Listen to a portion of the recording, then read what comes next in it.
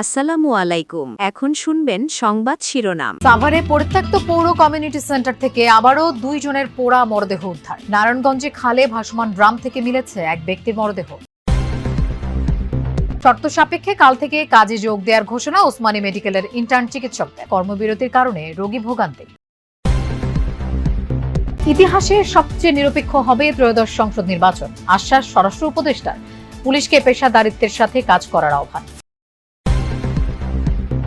দুর্নীতি মামলায় শেখ হাসিনা, টিউলিপ, ববি সহ 18 জনের বিরুদ্ধে রায় 2 ফেব্রুয়ারি। গুমের মামলায় 25 মার্চ তদন্ত প্রতিবেদন দেওয়ার নির্দেশ ট্রাইব্যুনালের।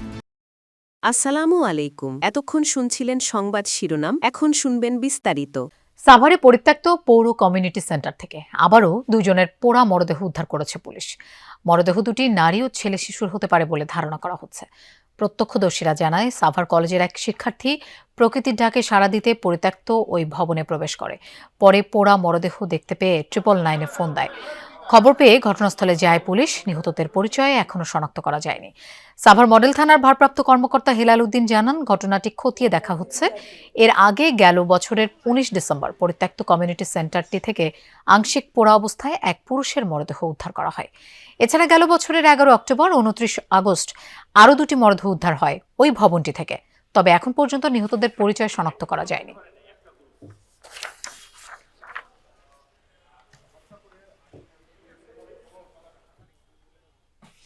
দর্শক, এ বিষয়ে আমরা আরো জানবো। আমাদের সাথে যোগ দিচ্ছেন সহকর্মী মাহফুজুর রহমান নিপু।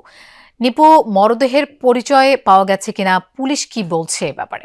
লোপা, না, এখন পর্যন্ত যে দুটি মরদেহ উদ্ধার করেছেন পুলিশ, তাদের পরিচয় কিন্তু এখনো নিশ্চিত হতে পারেনি।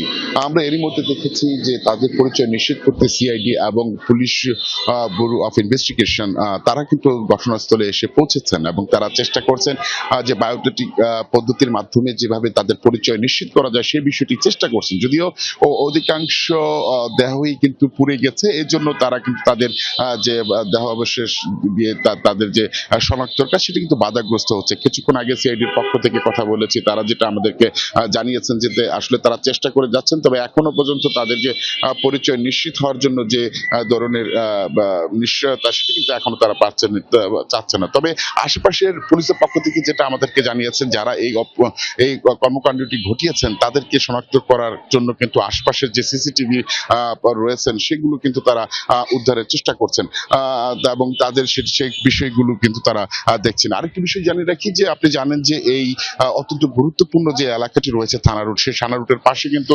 সাভার পৌর কমিউনিটি সেন্টারটি, এই কমিউনিটি সেন্টারটি ভবনটি কমিশন অত্যন্ত পক্ষপাতদুষ্ট এবং প্রশ্নবিদ্ধ সিদ্ধান্ত গ্রহণ করেছে পোস্টাল ব্যালট নিয়ে, যা নির্বাচন কমিশনের নিরপেক্ষতা নিয়ে জনমনে প্রশ্ন তৈরি হয়েছে। বারবার প্রেসার ক্রিয়েট করে প্রত্যক্ষ ইন্ধনে তারা এই ধরনের পোস্টাল ব্যালট ছাপিয়ে ষড়যন্ত্রমূলক ভাবে এবং কারচুপি করার জন্য তারা এই ধরনের কার্যক্রমে লিপ্ত হয়েছে বলে আমরা মনে করছি। শুধু তাই নয়, তাদের এই কারচুপি যেন জাতীয় সংসদ নির্বাচনে প্রভাব না পড়ে সেজন্য তাদেরকে দেখার আহ্বান জানাচ্ছি। আমরা এই বিষয়ে আরো জানবো। নির্বাচন কমিশন থেকে আমাদের সাথে যোগ দিচ্ছেন সহকর্মী সুমাইয়া ঐশী। ঐশী, ছাত্রদলের কর্মসূচি এখনো চলছে কিনা, আর প্রার্থীদের আপিল শুনানির বিষয়ে সবশেষ কি তথ্য আছে সেটিও একটু জানাবেন। লোপা, ছাত্রদলের যে অবস্থান কর্মসূচি সেটি সন্ধ্যা পর্যন্ত চলবে বলে শুরুতেই তারা ঘোষণা দিয়েছিল। বেলা প্রায় 11:30টার দিকে তারা নির্বাচন কমিশনের সামনে, নির্বাচন ভবনের সামনে অবস্থান নেয় এবং তারপরে আসলে ঘোষণা করা হয় যে 3টি মূল দাবিতে তারা এই নির্বাচন কমিশন ঘেরাও করেছে আজকে। তার প্রথম দাবিটি হচ্ছে যে ব্যালট পেপারে যে অনিয়ম সেটির প্রতিবাদ জানাচ্ছেন তারা। একই সঙ্গে আরেকটি যে অভিযোগ সেটি হচ্ছে নির্বাচন কমিশন আসলে নিরপেক্ষতা সঠিকভাবে বজায় রাখতে পারছেন কিনা সেই বিষয়টি নিয়ে তাদের একটি বড় সন্দেহের জায়গা এবং বেশ কয়েকটি অভিযোগও তারা দায়ের করেছেন। সেই একটি অভিযোগ তাদের। আরেকটি অভিযোগ তাদের, সেটি হচ্ছে শাহজালাল বিজ্ঞান ও প্রযুক্তি বিশ্ববিদ্যালয়ের যে ছাত্র সংসদ নির্বাচন, সেই নির্বাচনে আসলে নির্বাচন কমিশনের পক্ষ থেকে একটি তথাকথিত বিতর্কিত, অর্থাৎ ছাত্র দলের নেতারা বলতে চান যে যেই প্রজ্ঞাপনটি জারি করা হয়েছে শাহজালাল বিজ্ঞান ও প্রযুক্তি বিশ্ববিদ্যালয়ের যেই ছাত্র সংসদ নির্বাচন ঘিরে সেটিকে আসলে তারা নাকচ করছেন এবং সেটি নিয়ে তাদের আসলে অসন্তোষ আছে। এই 3টি মোট দাবিতে আসলে তারা অবস্থান কর্মসূচি পালন করছেন এবং সন্ধ্যা পর্যন্ত সেই অবস্থান কর্মসূচি চলবে। বেশ কয়েকজন কেন্দ্রীয় নেতাকে দেখেছি আমরা, ছাত্রদলের সভাপতি, সাধারণ সম্পাদক ছাড়াও কেন্দ্রের বেশ কয়েকজন নেতা আছেন তেমনি ঢাকা বিশ্ববিদ্যালয়ের ছাত্রদল কমিটির যারা সদস্য তারাও আছেন, যারা সভাপতি, তারপর যারা সাধারণ সম্পাদক তারাও আছেন। অর্থাৎ সব মিলে ছাত্র দলের কেন্দ্র এবং অন্যান্য যেই কমিটিগুলো আছে সেই কমিটি থেকেও নেতারা আছেন, সেখানে প্রচুর নেতাকর্মী সেখানে অবস্থান করছেন। তবে তারা বলতে চান যে শান্তিপূর্ণ নির্বাচনই তারা করবেন। এদিকে আপিল শুনানি চলছে এবং এখন আসলে প্রথমার্ধ শেষ হয়েছে। প্রথমার্ধের পরে আসলে মূল যে সংখ্যাটি সেটি আমরা জানাতে পারবো।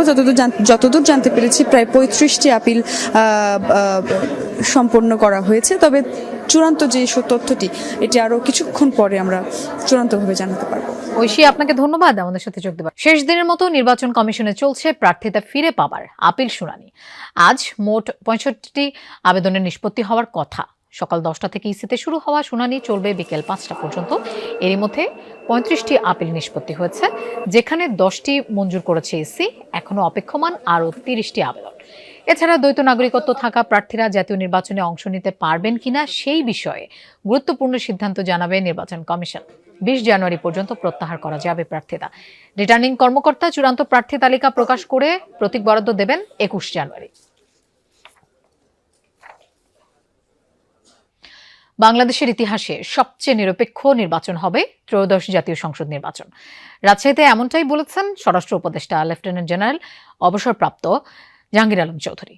সকালে সারদায় 41তম বিসিএস পুলিশ ক্যাডারের শিক্ষানবিশ সহকারী পুলিশ সুপারদের মৌলিক প্রশিক্ষণ সমাপনী কুচকাওয়াজ অনুষ্ঠানে অংশ নেন তিনি। এ সময় স্বরাষ্ট্র উপদেষ্টা বলেন, গ্রহণযোগ্য নির্বাচনে পুলিশের ভূমিকা সবচেয়ে গুরুত্বপূর্ণ। এবারই প্রথমবারের মতো নির্বাচনকালীন নিরাপত্তায় পুলিশ সদস্যদের প্রশিক্ষণ দেওয়া হয়েছে। স্বরাষ্ট্র উপদেষ্টা আরও বলেন, এবারের ভোটে 1.5 লাখ পুলিশ সদস্য কাজ করবে। প্রার্থী বা তাদের এজেন্টদের কাছ থেকে কোনো ধরনের সুবিধা গ্রহণ না করতে পুলিশ সদস্যদের সতর্ক করেন তিনি। ও চ্যালেঞ্জপূর্ণ, অবাধ, সুষ্ঠু, নিরপেক্ষ, শান্তিপূর্ণ ও গ্রহণযোগ্য নির্বাচন অনুষ্ঠানে পুলিশের ভূমিকা সবচেয়ে গুরুত্বপূর্ণ। আপনারা পেশাদারিত্বের পরিচয় দিয়ে বাংলাদেশের ইতিহাসে সবচেয়ে নিরপেক্ষ নির্বাচন অনুষ্ঠানের কার্যকর ভূমিকা পালন করবেন। দলীয় স্লোগান দিতে পারলেই আর বিচারক হওয়া যাবে না, এমন মন্তব্য করেছেন আইন উপদেষ্টা ডক্টর